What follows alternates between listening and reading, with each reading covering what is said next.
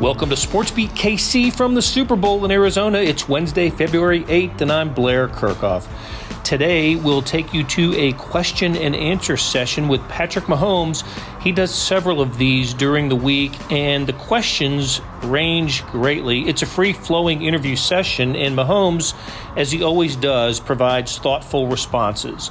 He talks about what motivated him at the Super Bowl and Sunday's opponent, the Philadelphia Eagles. He speaks to playing in the first Super Bowl with two black starting quarterbacks, and he's asked several questions about Kansas City. Okay, let's hear from Patrick Mahomes at the Super Bowl. All right, guys, go ahead and fire away. Patrick, you've played in so many big games already at a young age. Does everyone still feel? Does it still feel special? Do you still have that hunger? Oh, 100%. I think it feels more special the older you get because you have the failure. You have the failure of not getting to this game, and whenever you're not here and then you get to be back on the stage again, I think it gets more special because you never know how many more times you're going to get. For all the success that you've had, the achievements and the numbers, Super Bowl passer rating numbers are low for you. Can that be a source of motivation? I think you just take motivation from the loss that you had. I know what it feels like to win the Super Bowl now and to lose the Super Bowl, and winning it, even though I didn't play my best game, I came through when it counted and was able to win it. And then the loss, obviously, I left everything out there, but you lose, and that feeling you have in the locker room after it's a terrible feeling because you're so close to your ultimate prize. And so you take motivation from that and try to do whatever you can to make sure you have that winning feeling, because that's one that you can have forever as well. Patrick, so in terms of the history that you and Jalen Hurts are making this year, the first Super Bowl ever in NFL history to feature two black quarterbacks, what does it mean for you to be doing this with Jalen Hurts and making that history such a monumental game? Yeah, no, it's special, and I think we talked about it the entire week, and it's something that it's been way long overdue. You've seen a lot of quarterbacks that haven't had this opportunity that we have had, and it took the quarterbacks before us to pave the way. And so for us to be in this moment on this stage and be able to show where we've come as a league, this will be just the start of it, just the beginning of it, and we want to make sure that we set the stage for future generations to come. And second question, you attribute a lot of your arm strength and your arm talent to playing baseball as a kid. You played shortstop. Out of curiosity, I don't know how much baseball you watch, but is there a shortstop you can look at now in the MLB that you think is the best in the league? The best in the league? That's a hard one, but I think Bobby Witt Jr. is coming for that crown at some point. Hey, Patrick, quick questions for you. What about the ankle? Of course, I know you're going to be fine, you're going to play, of course, but can you take us through what the rehab and recovery process will be this week? Yeah, it's very similar. You're in the treatment room as much as possible. You got to make sure you get your rehab in. You got to make sure you get the mobility right, everything like that. Luckily, you had an extra week, so that helps out a ton. But you still just trying to get wherever you can to be close as you can to 100% by game day. You've talked about that sort of fuel from the loss from 2 years ago. What about yourself have you learned? What have you changed in preparation over those 2 years to get to this point? Yeah, I think the best thing I've learned as at the quarterback position is not trying to do too much. Just whenever stuff's not going your way, like the last game, the Bengals game, where we had that dumb fumble in the fourth quarter, just not letting those mistakes compound each other and just getting back to the game plan and whatever I can do to have a positive play and trusting in my teammates. That's something that I've learned over these last few years, is that you can't do it all by yourself. It takes your teammates and the team around you. What do you think about your legacy? How do you compartmentalize not worrying about legacy and going out and winning this game? I'm still so early in my career. I feel like all I focus on is winning the day. How can I get better today to prepare myself for the end of the week and this game that we're playing in? And I've always thought that if you go out there and handle business the right way and do what you do and you win football games, that stuff handles itself. And so I never really think about my legacy after football. That'll be something that I think about after I'm done playing. Patrick, how valuable was that work you guys did off-season in Texas, working with the new guys, Juju and Marquez, and now, especially now that you've made it this far? Yeah, obviously it was valuable of those guys getting up to speed fast and them having the ability to step right in and have success. But I think more than that, it was about building those relationships. That when times got tough, you have this built relationship with these guys that you can lean on. And so when everything's not perfect and everything's not going our way, we have a brotherhood and something that we can lean on to help us get through those times. Speaking of brotherhood, Travis Kelce said that you guys were brothers last night. He and Jason. Are you close to Jason at all? Is there a relationship between you two guys at all? Yeah, I've got to hang out with Jason multiple times now, just because like you said, me and Travis are like brothers, and I feel like his family is like one of my second families. And so I'm always, after every game, it's either he's at my house or I'm at his house, and we bring both friend groups together. And I remember my wedding and like the bachelor party and then my wedding day, to see Travis like with my friends, you would have thought they grew up together. That's just, it goes both ways. I mean, like we've kind of joined each other's friend groups and kind of become brothers throughout our relationship on the football field. What do you see in the play of Jalen Hurts? I mean, he's a special player, and obviously, I think people always saw his running ability, but the way he's able to develop as a passer, he can execute it and take advantage of whatever's on the football field. And whenever you work that hard and you leave everything on the field every single time, the guys follow you. And I think that's the most special thing that not everybody has, the ability to have people that are older than you that have put in the work as well follow you on that football field to whatever means necessary. And so he has a special ability to have guys that will follow him, and that's why he's in the position that he's in today. I just want to let you know that if you want a bodyguard or an offensive lineman, I'm here for you. Oh yeah, I mean, we're playing a great defensive line, so we might need you back there, man. What's up next, go? Yeah, I mean, I've been lucky enough to have a great support system around me my entire life, and obviously my family is the biggest part of that, and the way they supported me and following my dreams, and not just being a baseball player, not just being a basketball player, but to follow your dreams, whatever that is. And so them telling me to be the best me that I can be, no matter what it is, that's helped me be in the position I'm in today. Yeah, I mean, I think that my faith plays a role because I have no added pressure of trying to win, and that's all that my life means. I know that I'm in this position for a bigger picture at the end of the day, and so obviously I want to win and I want to go out there and have success in the football field, but I know that I have something I can always lean on, and the reason that I'm staying on that football field. Have you been here 3 times in 6 years when you see Tom Brady's going away after so many years at his age? Do you see yourself playing at that age in this same stage, like 19 years or 18 years from now? Yeah, I mean, it seems far away for sure, but you want to play as long as possible. What Tom has done, I don't know if that'll be matched the way that he's able to play at 45. And I mean, he's retiring, but I mean, he still had a very high level season that he played. He's just choosing to retire, and so the way he's able to take care of his body and to prepare himself is unmatched. And so I just try to learn from guys like that and prolong my career as long as possible. And God willing, I stay healthy and I'm able to play until I'm ready to retire. And I can say I retired and my body didn't quit on me. Thank you. Patrick, speaking of Tom, he gave you some advice. Can you share what that advice was? I'm not going to share exactly what the advice was, but I mean, he always gives me the best advice because he's been here, man. He's been in every situation that you could be in the NFL, and he's had obviously a lot of positives, but he's going to deal with some failures as well. And so to be able to learn from the greatest of all time at the quarterback position, I'm going to take that advice every single time. Did you know that Peyton Manning offered Jalen Hurts some advice? I didn't know that, man. I'm friends with Peyton as well, so I need to make sure that he gives me some advice as well. Patrick, roll with you. Juju Smith-Schuster brought to the Chiefs, and how was that transition for him into the offense? Yeah. I mean, obviously he's super talented and he's physically gifted. He's bigger than I think a lot of people understand, and now he's able to run routes with those physical routes in between. But I think what the biggest thing is the joy that he brings in the building every single day, and the work ethic. I mean, he is a guy that works his tail off when he's in the building, and he's kind of become one of those leaders in the receiving room. And it's cool to see because other than McCole, we had all brand new receivers in that receiving room, and those guys have grown together and built a brotherhood that now they don't care who gets the catches, and you see that on the football field every week. Is a different guy that seems like they have a big game. Hey Patrick, you spoke obviously about standing on the shoulders of those who came before you as a black quarterback. When you were recruited coming out of high school, did you have any sense that you were being pigeonholed? Even I guess Texas recruited you as a defensive back. I don't know if it was for that reason, but did you have any sense of that? Yeah, I mean, I don't know if it was necessarily pigeonholed because of the race, but I mean, I just definitely I didn't have the normal quarterback background. I played a lot of different sports.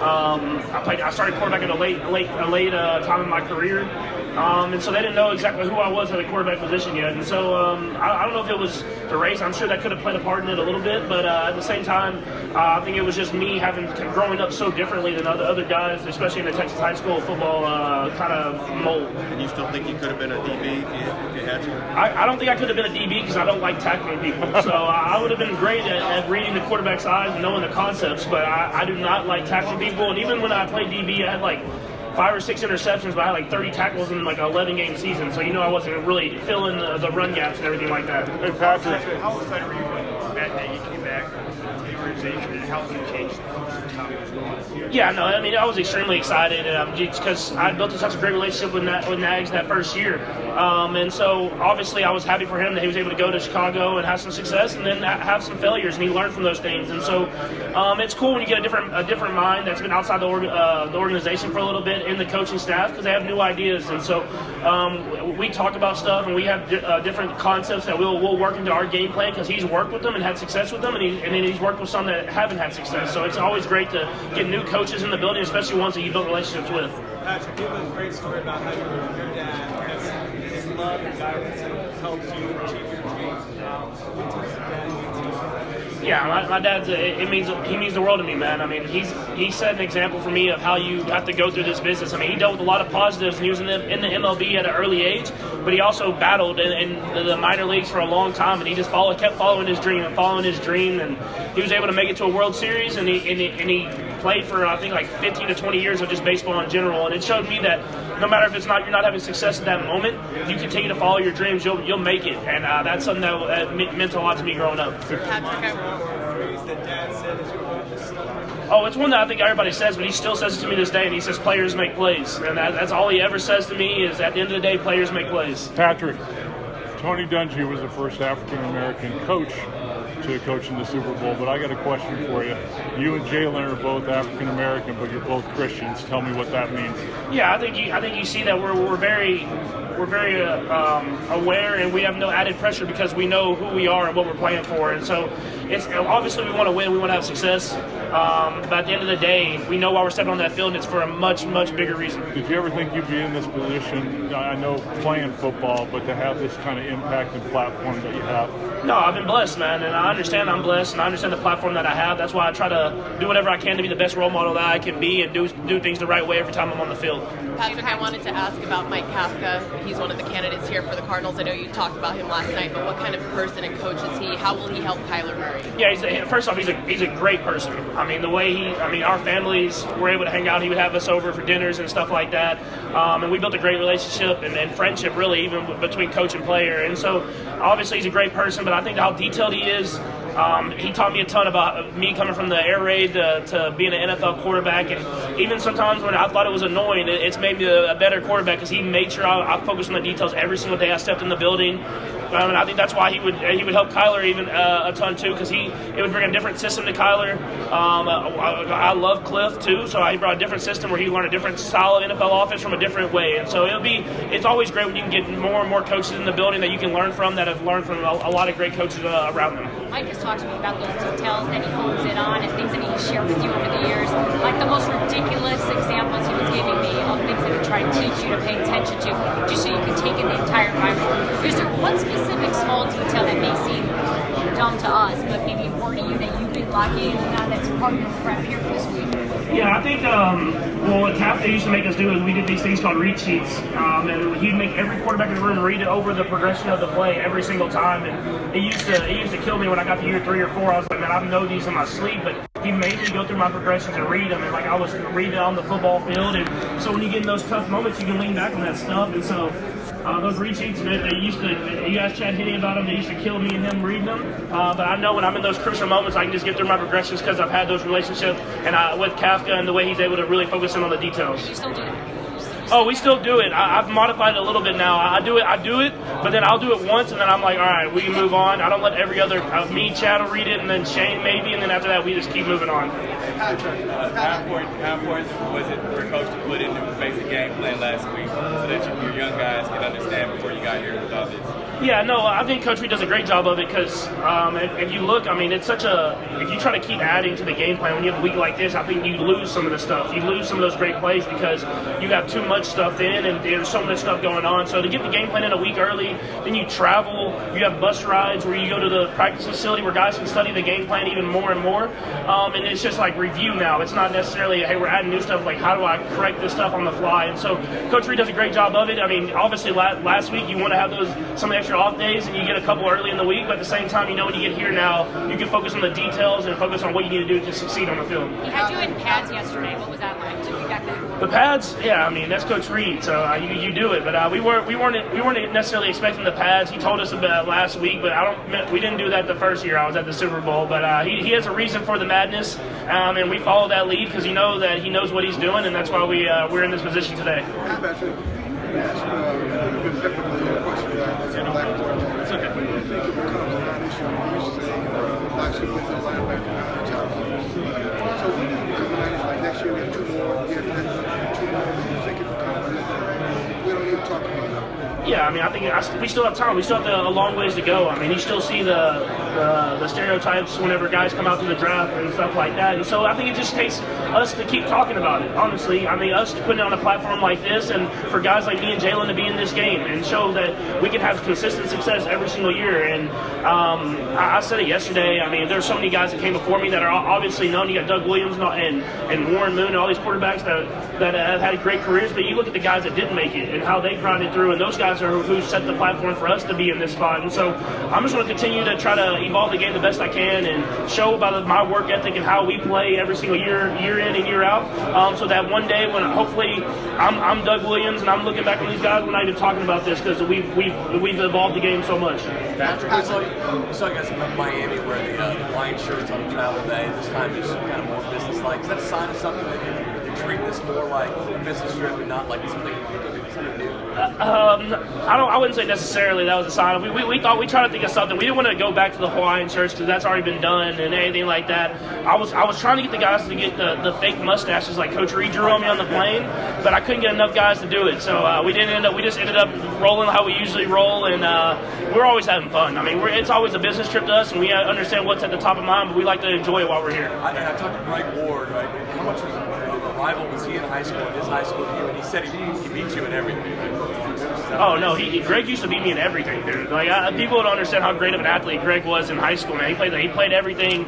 I was up 21-0 in my junior year of high school when he was a senior, and they came back and beat us. So they had some great players over there. They were our rival high school. We ended up beating them once they were gone, but all the great players were gone. So, but Greg used to beat me in everything. I'm just hoping I can get some payback this week. Hey, this is Blair.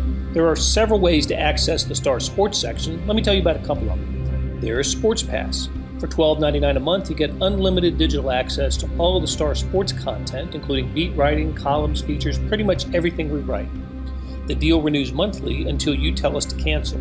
For $159.99 a year, you get everything the Star has to offer digitally, including sports and the e-edition. Go to kansascity.com and drop down to the bottom of the page where it says Start a Subscription for more information. Your support has never been more important. As always, thanks for reading and listening. I would say it took me about a year 3 or 4 to start mastering the offense, and I could run the offense and make plays work. We had so many talented players around me, but to be able to understand the offense and know where to have those little free plays, I can get those easy yards. That took me a while, and I think it takes every quarterback a while. That's why it's sometimes hard to we quit on quarterback so early now, and I'm like it's hard to really learn where those little sneaky freebie plays are in the offense, and so that's why I'm glad that I had the time that I had. I got to sit behind a great quarterback in Alex Smith. I had a lot of great players around me, and then by the time that I needed to learn and master the offense, I was ready. And so that's why I'm glad that I'm in the place that I'm at. Patrick, how would you describe the relationship among you, Andy, and Brett? And how significant do you think that is in what you guys are accomplishing? Yeah, it's special, man. The whole organization, I mean, all the way up to Clark Hunt, everybody's on the same page. And obviously, we made some huge moves this offseason, but there was a plan. I think that was there's a plan from the owner all the way down to the equipment and to the training staff. We had a plan of how we were gonna execute and how we were gonna be back in this position. And that speaks to the organization, the relationship that we have is everybody's on the same page. We know what the goal is and how we're going to achieve it. And I think that speaks to Coach Reed, that speaks to Brett Beach, Clark Hunt, and all the players that we have in this building. And are you apt to actually contact Brett and talk to him about things, or you'll respond to him when he asks you about it? I've always said that, like, when I'm done playing, I might want to go to the G and roll, so I'll ask him some stuff about, like, I've already hit some guys up and like, how was the Senior Bowl, or how was the East-West Shrine game, just because I like that type of stuff. I like looking at guys and future guys, and not necessarily building our team or anything like that, but I like to see who the good players are and what they think about them. And so that's just stuff that I'm interested in, and we'll talk about everything. I mean, Brett will talk to me about Formula One, it seems like, every single week, man. He's like, and I understand it. I've watched some of the Drive to Survive stuff, but he acts like I'm like in the weeds and really understand it. And I'm like, man, I understand what you're saying a little bit. I know the main guys, but I can't be as detailed as you are. While you're on that, do you think about future ownership ever as you've made these investments in other teams? I mean, I know it's a generation away, but I mean, is that in your mind? I mean, obviously, I would love to. I mean, I've been able to, luckily enough, be in ownership of other sports, and I'm gonna try to keep climbing that ladder. But I'm gonna need a lot more money, so I'm gonna have to make sure that I find a way to get some more money off the field, more State Farm commercials. Pat, I heard your dad last week say that at the draft, you guys swore the Bears were coming to play. Is that how that went down? My dad took it a little far. So it wasn't that I thought the Bears were going to draft me, but I was told that if they drafted a quarterback, that I would be the quarterback that they drafted. And that wasn't necessarily directly from their people, but that was told to my camp that I was told. So it did surprise me a little bit. But they told me they weren't drafting a quarterback, so that was the most surprising thing at all. So he acted like they were going to draft me for sure in that interview, and I was like, I don't know if it was that serious. But they did say if a quarterback was drafted, I would be the guy they drafted. So when they trade up and then they call a different guy's name, what's going on? It did catch me by surprise a little bit. I mean, I wasn't extremely worried about it. I mean, at the time when I came out of the draft, I was projected to be a second or third round pick. So I was just happy to get drafted into the first round, and I'm not gonna lie, I wanted to get drafted here at the KC Chiefs. I think it's well documented, so I was glad that I ended up getting drafted here. Nagy gave all those answers, right? Nagy did give me the answers. He threw me a sneak peek of what we were going to have the next day. But I still to this day think it was a test, because if he gave me the sneak peek and I didn't get the answers right, then they would have looked even worse. So he would have made sure that I was going to study, and I was up to like 3 or 4 in the morning making sure I was going to be great for Coach Reed. Patrick, you get to see the rookie DBs every week in practice, and you guys have a multitude of them. What have you seen in their progression this year that's made them provided to go out and have the success that they've had throughout the season? Yeah, I think that they've done well of taking coaching. I mean, I think I saw in training camp, you can see how talented they were. And obviously Trent. I mean, Trent was like a veteran from the day he stepped on the football field. So he was. I knew he was going to be a great player. But then you look at those guys like Joshua Williams and Jalen Watson and Cook, and they had the talent, and you can see the physical gifts. But you knew that it was going to take some refining, and I think that Coach Merritt did a great job of helping teach them. The other veteran guys in the building helped teach them, and they learned every single week, and they got better and better. So I mean, it was just a great job of them and their mentality and the coaching around them, and the guys believing in them. And I mean, they stepped up huge for us, and we need one more big game from them. What was it like specifically watching them in the AFC Championship game? When Jarius goes out first drive, and you're watching a lot of that game. There's 5 rookies on the defense and 4 in the secondary.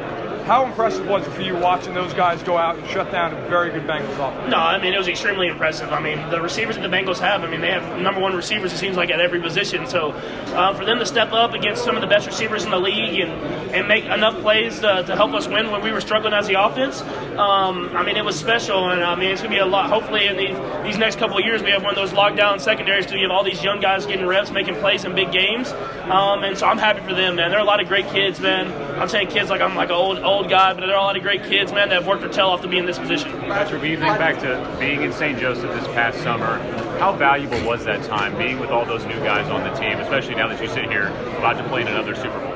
Yeah, you build relationships out there, man, and St. Joe's is an awesome place. That obviously I would want to be sleeping in my own bed. You don't like be sleeping in the dorms or anything like that. But you build those great relationships with the guys, man. And I'm happy that Coach Reed takes us away at least for a couple of weeks, and especially when you get a new team and you're able to sit at the cafeteria, or you go riding in the same car from going to eat at Chick-fil-A or whatever that is. You build those relationships with those guys, and especially with a new team, it helps out when you're in those tough moments in the season. So I always love that Coach Reed does that. But at the same time, I'm like, man, let's go like for like 2 weeks. I don't know about the whole 3.5 weeks. That's a little too long for me not sleeping in my bed. What's the difference going to be Wednesday, Thursday, Friday for you testing the ankle compared to when you were doing those days, not really being on it for the AFC Championship game? Are you going to test it, or are you going to? Yeah, I don't know if I'll necessarily test it, but I'm gonna go and I'm gonna try to have no restrictions. I mean, even the AFC Championship game, like I was trying to test it and practice on it and do those different type of stuff. But there'd be a play, maybe if I was rolling out, I would just kind of ease up on it or anything like that. Whereas this week, I'm gonna try to go ahead and push it and try to be as close as I can to 100%. Obviously, not trying to tweak it or do anything like that. But we've done a great job of this last week and a half of giving it rest when we need to, but still pushing it and being in the right spot. And then Julie's doing a great job at the treatment and rehab that we're doing. So it's been a great week, and it's definitely in a way better position than it was at before this last game. And I'll try to get as close as I can to 100%. Did that change a couple things in terms of what you could add in on Friday, Saturday, if you feel? I don't know if we'll add in anything different. We have stuff in that we kind of have marked that we're saying, like, hey, we'll see how it feels when we get there Friday and Saturday, but we've ran it at a slower pace. And so we'll get a better feel for that on Friday and Saturday, and if I'm able to do it, we'll leave it in the game plan, and if I'm not, we got enough plays in that we'll be okay. For your fans in Mexico, is it normal to play with pain in the NFL? And how is your ankle doing? Oh, the ankle's doing way better. It's normal to play in pain. I think if you ask all these guys in this room, everybody has something that they're dealing with. And so that's just part of a football season, man. It's a long season. It's a lot of hits that you have to take at this position, at all positions, and you're always going to be dealing with something. So I just try to battle it out with my teammates at the end of the day and find a way to get a win. Yeah, I would say I love all the support. Keep supporting us. We loved our game in Mexico City. Hopefully we get back soon. So this will be the team's third year in the Super Bowl in the past 4 years. So what's unique about this team specifically this year? Yeah, I think it's the culture that we built. It's a third Super Bowl that we've been in 4 years, but I think it's only 12 of us that won the Super Bowl that first year. So it's a culture that we've built in this building that everybody kind of passes on. And so even when new guys get in the building, we still have that same mindset of how we do things every single day. And it's special, man. And when I look back on it, I think I'll appreciate it even more because how special it's been to be with some of these key guys and be in all these games. And how tough has it been to get in sync with the different receivers due to all this? Yeah, I think it's taken a lot of hard work. I mean, I think you've seen that over the season we've got better and better. I mean, if you look at the beginning of the season, me and Marquez couldn't find some of those deep shots that we hit in the playoff game this last game, and I think that's just us building a relationship of where he's going to be at what time. And I think it'll continue to get better and better, and hopefully we get a lot of these guys back next year as well because we've kind of built these great relationships. You say that you grew as a leader this year. In what way specifically, more vocal?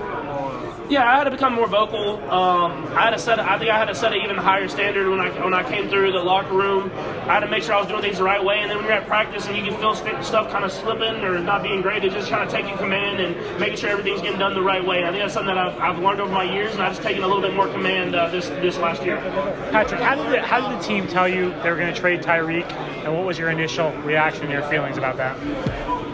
Yeah, I mean, my initial reaction was why, but I got a call a couple of days before it happened from Brett Veach and Coach Reed, and they talked about what it possibly could happen. And obviously, I tried to do whatever I could to make sure that we kept Tyreek. I mean, he not only was a special player, but he was a good friend of mine, and so. We tried to make it happen as best as we could, and it obviously didn't. But we had a plan for what we were going to do after that, what steps we were going to take, and so obviously you never want to lose a generational player. I think everybody's seen that in Miami. Is he's a generational player, and but we did a great job of recouping and getting a lot of great receivers in here and great guys throughout our whole offensive of staff and of players, and so we had a plan, and I think that's the biggest thing is when you lose a great like that, you have to make sure you have a plan to replace his production. But tell me a little bit about your motivation. Seems like you're motivated all the time.